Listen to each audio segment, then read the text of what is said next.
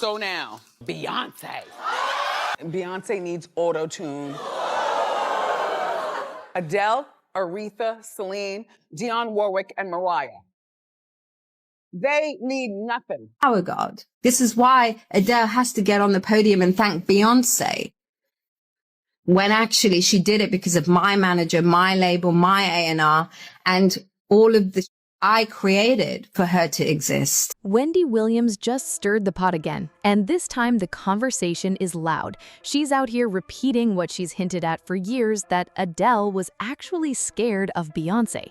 For the longest time, people brushed Wendy off, calling her messy and accusing her of trying to create drama between two massive stars. But now people are circling back and looking at those old clips differently, because the story hits a lot deeper than gossip. Behind the scenes, the narrative being pushed online suggests Adele was dealing with serious pressure, not just regular industry competition. When she got on that Grammy stage, visibly emotional and struggling to hold it together while praising Beyonce, fans thought it was just admiration and respect. But now, some are questioning that moment, wondering if there was more going on beneath the surface. Instead of just a tribute, people are spinning it like Adele was trying to stay in the good graces of someone extremely powerful, or at least that's how the internet is framing it. There's also that viral wave of memes that had everybody talking. Clips were circulating everywhere, showing artists repeatedly thanking Beyonce during award speeches, even when she had nothing to do with their projects. It became a running joke online, but at the same time, it made people raise eyebrows. Why was her name coming up so often in moments where it didn't quite connect? That question alone kept the conversation alive. Things get even more intense when people start pulling in unrelated but tragic stories. Online discussions began linking different figures in the industry, like Aaliyah and others. But it's important to be real here. These are rumors and internet theories, not confirmed facts. Some users pointed to cases like Kathy White, who tragically passed away before a scheduled interview, and tried to connect dots that haven't actually been proven. These conversations spread fast because they mix mystery, fame, and loss, which always grabs attention. And then comes the music angle, which really took things to another level. J. Cole's track She Knows started popping up in all these compilations, adding an eerie vibe that had people overanalyzing every lyric. In the song, he mentions Aaliyah, Left Eye, and Michael Jackson, all legendary figures whose deaths have sparked endless speculation over the years. That alone had fans diving deep, trying to find hidden meanings and connections that may or may not exist. Some listeners even claim that when J. Cole says she knows, he's hinting at a powerful woman in the industry. And of course, the internet being the internet, people started throwing Beyonce's name into that theory. There's no solid evidence behind that claim, but it didn't stop the chatter from spreading like wildfire. At the end of the day, this whole situation shows how quickly narratives can spiral. A mix of old interviews, emotional award speeches, viral memes, and mysterious lyrics can turn into a full-blown story that feels bigger than reality. Whether any of it holds truth or not, one thing is clear: people are watching closely, and every little detail is getting picked apart like never before. Beyonce had one of the best videos of all time. One of the best videos of all time. Beyonce, it was so monumental. We fucking adore you. You are our light. Beyonce and I started out around the same time, and just like all of her fans, I fell in love with her. The first time I saw her, from her singing to dancing to acting, she can do it all. She's a triple threat and one of the most talented people I've ever seen. And the fact that Beyonce made a country record changed the game.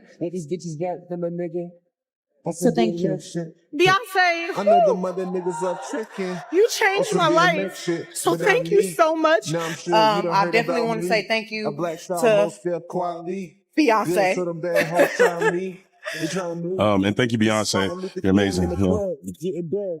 I also have to say thank you to Beyonce. Just thought we would keep the guest music. Everybody, Beyonce, you got great music. We all love to dance to it. We all love you. Now, here's where the story really starts getting wild. Around that same time, blogger Storm Monroe jumped into the conversation and had people glued to their screens. He didn't hold back either. He straight up claimed there was a deeper reason why so many big-name artists kept thanking Beyoncé like she was on a whole different level. According to him, it wasn't just respect or admiration. He suggested it was something way bigger. Storm Monroe went on to say that, in his opinion, the music industry moves in cycles, where certain artists are elevated as the ultimate queen or king of their era. He explained it like a rotating spotlight, where one superstar holds that top position for a period of time before the industry shifts focus to someone new. And in his view, Beyoncé is the one currently sitting at that top spot, with unmatched influence and presence. He even brought up Madonna as an example, pointing out how she once dominated the industry in a similar way. Back then, Madonna was seen as the ultimate pop icon, setting trends and shaping the culture. But as time passed, the spotlight shifted, and a new generation of artists stepped in to take over that space. According to Storm, that transition is just part of how the entertainment world evolves. What really got people talking, though, was his claim that artists, even massively successful ones, feel pressure to publicly show respect to whoever holds that top position, not because they're being forced, but because it's part of the culture and expectations within the industry. In his words, acknowledging that leading figure is almost like acknowledging the hierarchy that exists behind the scenes. That idea alone sparked a ton of debate online. Some people agreed, saying it makes sense that artists would show love to someone as influential as Beyoncé, especially considering her impact on music, performance, and visuals. Others weren't convinced at all, arguing that it's just normal for artists to praise their peers, especially during big award show moments. And then, of course, the speculation took on its own life. People started connecting Storm Monroe's comments back to those viral award speech clips, analyzing every thank you and every shout out like it was part of some bigger pattern. It turned into one of those internet moments where everyone had a theory and nobody could agree on what was actually real. Some folks even stretched the narrative further, suggesting that artists like Adele, despite their own massive success, might feel the need to publicly recognize Beyoncé just to stay aligned with industry expectations. Again, that's all speculation, but it shows how quickly these ideas can spread once they catch attention. At the core of it, Storm Monroe's take wasn't presented as proven fact, but more of his personal perspective on how influence and status might work at the highest levels of entertainment. Still, the way he said it, bold, direct, and a little controversial, is exactly why it stuck with people. And just like that, what started as a simple observation about award speeches turned into a full conversation about power, influence, and how the industry really operates behind closed doors. Beyonce is a witch. She's a very powerful witch. She's heavy into African spirituality. She is a daughter of, I believe, either a daughter of Oshun or Yemaya. I go back and forth. I feel like it's Oshun though, but if I got it wrong, I got it wrong. But nonetheless, she's a high-ranking witch. Madonna is a very high-ranking witch. She is a high priestess. That's just pretty much what it is. Of course, the main thing Madonna practices is Kabbalah, but then there's different versions of Kabbalah, just like there's different versions of African spirituality. But then I also believe that in addition to African spirituality, I do believe that Beyonce is into dark magic and black magic as well. Her and Jay-Z. Storm Monroe wasn't even the first person to bring up those Osun-related claims. That conversation had already been bubbling online for a minute. It really picked up during Beyoncé's Lemonade era, especially when fans started breaking down the visuals from that project frame by frame. One look that had everybody talking was that iconic yellow dress. People immediately locked in on it, saying it carried symbolic meaning tied to Osun, a figure from Yoruba spirituality, often associated with water, beauty, and femininity. Now, to be clear, a lot of these interpretations came straight from the internet, where fans love to analyze every detail and build deeper meanings around artistic choices. Beyoncé is known for layering her work with cultural references, history, and visual storytelling, so it wasn't surprising that people started connecting dots. The flowing water scenes, the color yellow, and the overall aesthetic had viewers debating whether it was simply artistic inspiration or something more symbolic. But of course, once those ideas started spreading, things escalated fast. Some online voices took those cultural references and twisted them into darker narratives, throwing around heavy claims that aren't backed by evidence. That's how these discussions tend to go. What starts as art analysis can quickly turn into conspiracy-style storytelling that goes way beyond the facts. What really made people pause, though, was the timing of everything. Lemonade was one of the most talked about albums of that year, packed with emotion, visuals, and cultural impact. Yet when it came time for the Grammy Awards, it didn't take home Album of the Year. That honor went to Adele. That moment alone had fans debating whether the right project won. Then came Adele's reaction, and that's what truly fueled the conversation. Instead of just celebrating her own win, she got on stage looking overwhelmed and emotional, and she redirected a huge portion of her speech towards Beyoncé. She openly praised her, called her an inspiration, and even questioned whether she deserved the award over Lemonade. It was a powerful, genuine moment, but also one that people continue to analyze from every angle.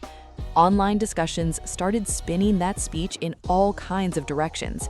Some people saw it as pure respect, one artist recognizing another's impact in real time. Others, though, tried to frame it as something more intense, suggesting Adele felt pressure to give Beyoncé that level of acknowledgement. There's no solid proof behind those claims, but once that idea hit social media, it spread fast. The combination of symbolic imagery, award show drama, and emotional speeches created the perfect storm for speculation. Every detail, from the yellow dress to Adele's words, got pulled into a much bigger narrative that keeps resurfacing even now. At the end of the day, what's actually confirmed is the artistry, the music, and that unforgettable Grammy moment. Everything else, that mostly lives in the world of interpretation, debate, and the internet doing what it does best, turning moments into mysteries. She is my icon of my whole life. My life is Beyonce, and this album for me, the Lemonade album, was just so monumental. Beyonce. Lemonade. So a piece of me did die inside as a Beyonce stan, I'm not gonna lie, because I was completely rooting for her. I feel like it was her time to win. Obviously the visual is very new, and and the Grammys are very traditional, but I just thought this year would be the year that they would kind of go with the tide. And I am, of course, very, very grateful having won it. But I felt the need because I love her, because I felt like she was... Girl, bye. That's exactly the kind of energy people had watching Adele in that moment. Because to a lot of viewers, she wasn't just being humble, she was doing way too much. Winning one of the biggest awards of the night and then turning your entire speech into praise for someone else, that already had people raising eyebrows. But it didn't even stop there. After the cameras cut, Adele reportedly went backstage and kept it going. She went straight to Beyoncé's dressing room just to thank her again and tell her she deserved the award more. Like, at that point, people really started side-eyeing the situation. It came off less like a quick moment of respect and more like she felt the need to really make it clear where she stood. Adele even explained it in her own words, saying she felt overwhelmed and needed to personally tell Beyoncé how much Lemonade meant to her. She also shared her thoughts on how award systems work, saying the way that the Grammys work and the people who control it at the very, very top, they don't know what a visual album is. They don't want to support the way that she's moving things forward with her releases and the things that she's talking about. That right there had people talking for days. Because now it wasn't just admiration, she was breaking down industry decisions and basically defending Beyoncé's work in detail. Some people respected that honesty, saying Adele was just being real about how impactful Lemonade was, but others, they weren't buying it so easily. Online reactions got intense. A lot of folks started questioning why Adele felt the need to go that far. Was it just genuine respect, or did she feel pressure to make sure Beyoncé knew she wasn't competition? That's the angle some people ran with, even though there's no solid proof behind it. Still, the energy of the moment had people talking heavy. And let's be real, artists have shouted each other out before, but this felt different to a lot of viewers. It wasn't just a quick thank you or a passing compliment, it was repeated, emotional, and very public. That's why it stood out and kept the conversation alive long after the awards ended. Then Wendy Williams stepped in, and you already know she didn't hold back. Within hours of that speech, she was on her show giving her take and flipping the narrative completely. Instead of focusing on Adele, Wendy suggested that Beyoncé might actually feel a certain way about Adele's success. Wendy even pointed out that Adele's album 25 outsold Lemonade and used that to question whether there could be quiet competition behind the scenes. She went further, comparing their public images and saying Adele comes across as more relatable to everyday people, while Beyoncé maintains a much more polished and private persona. That comment alone had people split down the middle. Some agreed with Wendy's perspective, while others felt like she was reaching and stirring drama where it didn't belong. Either way, once that opinion hit daytime TV, it added even more fuel to an already heated conversation. Guess who's jealous of Adele? Beyonce. People were really coming down hard on Wendy for what she said. She caught a lot of heat, with fans shutting her down and calling her out for stirring drama. But fast forward to now, and some folks are starting to look back at her comments a little differently. There's this growing chatter online saying maybe, just maybe, she was picking up on patterns that others ignored at the time. One example that always gets brought up in these conversations is Keri Hilson. If you remember that situation, it caused a serious wave when it first happened. Keri had a remix version of her song Turning Me On leak online, and in that version, there were lines that people took as direct shots at Beyoncé. The lyrics went, "Your vision cloudy if you think that you the best. You can dance, she can sing, but need to move it to the left. She needs to go have some babies, she needs to sit down, she fake. The mother chicks ain't even worth talking about." That had everyone talking at the time. Fans quickly connected the dots, especially with that "move it to the left" line, which many saw as a clear reference to Beyoncé's Irreplaceable. It didn't take long for people to assume exactly who the lyrics were aimed at, and once that idea took hold, the backlash came fast and heavy. Now, to be fair, Keri Hilson later addressed the situation and made it clear that the remix wasn't entirely her decision, saying she was put in a difficult position regarding those lyrics. That part often gets overlooked when people retell the story, but it matters because it shows there may have been more going on behind the scenes than fans realized. Still, in the court of public opinion, the damage had already been done. Many people believe that moment played a role in how her career was perceived afterward, even though there were multiple factors involved, including industry changes and evolving music trends.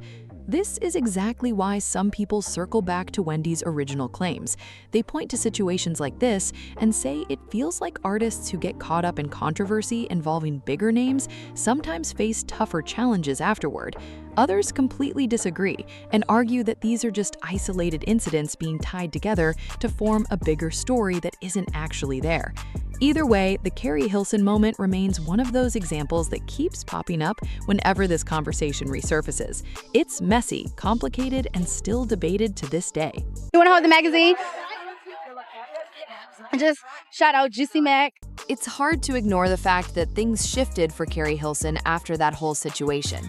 Before the controversy, she was building serious momentum, hits on the charts, major collaborations, and a strong presence in the industry. But once that remix and those lyrics went viral, everything seemed to change almost overnight. Keri later opened up in interviews and tried to explain her side of the story. She shared that she didn't fully have control over how that track came out, and suggested that there were bigger industry forces involved in pushing it forward. That added a whole new layer to the situation, because it made people question how much power artists really have over their own music and image. Even with that explanation, though, the public reaction had already taken hold. Once people form an opinion, especially in the middle of a controversy, it's hard to reverse it. The narrative had already been set, and for many listeners, that moment defined how they saw her moving forward.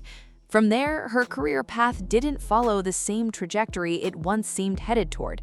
While she remained talented and respected in certain circles, the mainstream spotlight wasn't hitting the same way anymore. Of course, it's important to recognize that careers are influenced by a lot of factors. Changing trends, label decisions, timing, and personal choices all play a role. But in online discussions, this situation is often pointed to as a major turning point. And this is where people start drawing comparisons again. They look at how Adele handled her moment on that Grammy stage, showing a lot of public appreciation and giving Beyoncé her flowers in a very visible way. Then they compare it to situations where tension or perceived conflict entered the picture, like with Keri Hilson, and they start building their own conclusions. Some voices online even go as far as suggesting that navigating the industry successfully sometimes comes down to how artists manage relationships and public perception, not in a dramatic or conspiratorial way, but in the sense that respect, timing, and messaging can shape how someone is received by both fans and industry insiders. Still, it's important to separate speculation from confirmed reality. There's no clear evidence that one single moment can make or break a career on its own. The entertainment world is way more complex than that, even if certain events seem bigger because of how they play out publicly. What remains true is that Keri Hilson's situation became one of those defining industry moments that people continue to revisit. It sparked conversations about artistic control, public backlash, and how quickly things can shift in the spotlight. And whether people agree or disagree on what really happened behind the scenes, that story keeps getting brought back into the mix whenever discussions about fame, influence, and industry dynamics start heating up again. No one could ever compare to Beyonce. Let's just say the name that we're discussing. No one could compare. No one will for a very, very, very long time. And that was never my aim either. However, it was framed that way. Well, no, it was absolutely framed that way. It was written that way, was not my lyrics, was not my writing. Then you've got Blu Cantrell, and her story always gets pulled into these conversations too.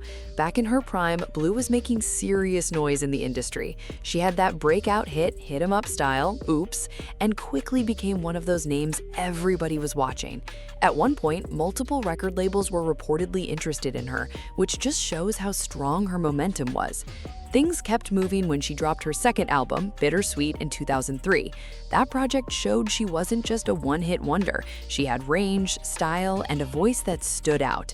But here's where the timeline gets interesting, because that same period was when Beyoncé was stepping fully into her solo era after Destiny's Child.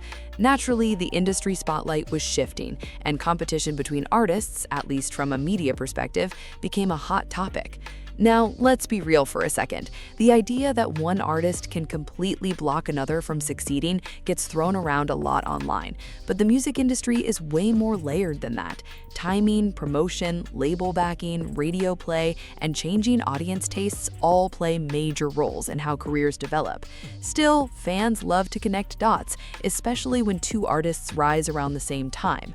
On top of that, there were rumors floating around back then linking Blu and Jay-Z in a way that sparked even more speculation. To be clear, those claims were never confirmed, but they definitely added fuel to the conversation. When you mix career overlap with personal rumors, the internet tends to run with it and build a much bigger narrative. Because of all that, some people started framing Blu's career slowdown as being tied to industry politics or behind-the-scenes tension. Others pushed back on that idea, pointing out that her visibility also depended on how her music was marketed and how trends were shifting in the early 2000s. Both perspectives still get debated today. It's also worth noting that Blu Cantrell continued to perform and release music internationally, even if she wasn't as visible in the US mainstream for a period of time. That part of the story often gets left out when people simplify her career into a rise and fall narrative. But in these online discussions, her name keeps coming up as another example people use when trying to build a pattern. They look at the timing, the rumors, and the industry shifts and try to piece together a bigger story about competition and influence. Whether or not those connections actually hold up is a whole different question. There's no solid proof tying her career trajectory to any one person, but the conversation keeps resurfacing because it blends fame, timing, and just enough mystery to keep people talking. And just like the other stories, it shows how quickly perception can turn into narrative when fans start filling in the gaps themselves. Easy romantically? No. No, I can't answer that. I can't answer that. Oh, she's touching him off the neck. Look. You see? Why do people not want to let the Jay-Z Blu Cantrell thing go? I didn't think it would last, though. What, me and him? Yeah. Why? Because you're above 25. Why, he needs somebody younger than that? At the end of the day, yeah. Why do you say that? Because I think at the end of the day, a younger, less savvy to the ways of the world broad. Somebody a little bit more naive. Now, here's another part of the story that really had people talking. Some fans started pointing to Beyoncé's older lyrics, especially from the song Signs, trying to connect dots that may or may not even be there. The line goes, "I was in love with a Sagittarius. I wish she were a Virgo, the same sign as me, and know how to show me love, because I've been hurt by a Pisces." That alone sent people into full detective mode. Why? Because Jay-Z is a Sagittarius and Blu Cantrell is a Pisces. And once fans noticed that, the speculation went into overdrive. People started building entire theories of zodiac signs, trying to link personal relationships to song lyrics. But let's be real, artists pull inspiration from all kinds of places, and not every line is a direct reference to real-life events. Still, that didn't stop the conversation from getting more intense. Stories about Blu Cantrell's personal struggles also started circulating, with reports describing difficult moments in her life. Some outlets, like TMZ, covered incidents where she appeared distressed in public, which raised concern among fans. But connecting those situations directly to industry rumors, that's where things start to cross into speculation without evidence. Then there's Maya, another artist whose name keeps getting pulled into this mix. Back in the early 2000s, she teamed up with Jay-Z on Best of Me Part 2, and their on-screen chemistry definitely got people talking. Fans immediately started reading between the lines, turning a professional collaboration into something more in their minds. Those rumors didn't just disappear either. They resurfaced years later, especially around 2014.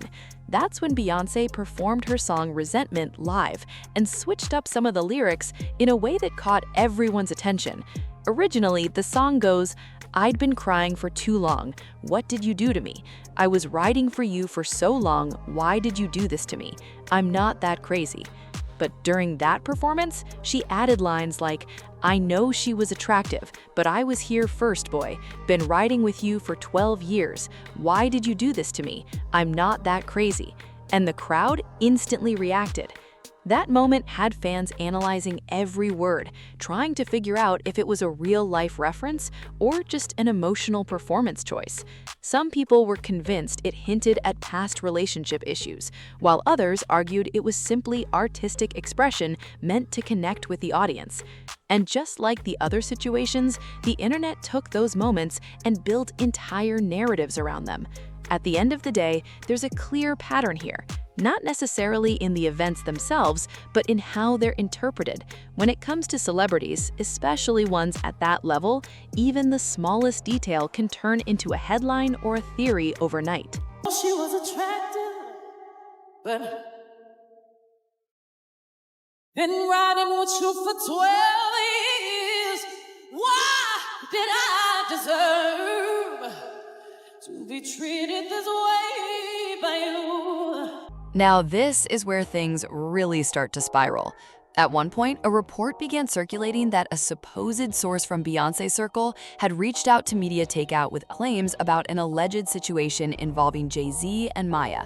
According to that story, the discovery supposedly happened not long after Best of Me Part 2 dropped. But here's the twist. The article disappeared almost as quickly as it went up. No clear explanation, no follow-up, just gone. Still, by that time, screenshots and reposts had already spread everywhere. And once something like that hits the internet, it's almost impossible to contain.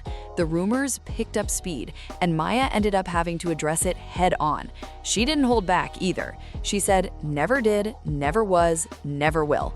Illegitimate, thirsty sources with no facts." And that's the media for you, especially today. "I play second to no one, pay my own bills, have my own label, own management company, rely on God only, and respect myself and marriage too much for nonsense." That statement alone made it clear where she stood. Even with that strong response, the situation didn't just disappear. Her manager also stepped in and spoke out about the impact those rumors were having. There were claims that the allegations were affecting opportunities and creating tension around her name in the industry. On top of that, there were reports of extreme reactions from certain fans online, which only made things more stressful. Now, to keep it real, online fan behavior can sometimes go too far, especially when emotions get involved. But it's important not to paint entire fan communities with one brush. A few loud voices can create a narrative that feels bigger than it actually is. Still, all of this added more fuel to the larger conversation people were already having. Situations like this kept getting grouped together, with some folks pointing at them as examples of how quickly rumors can turn into real-world consequences. And of course, Wendy Williams' name got pulled right back into it.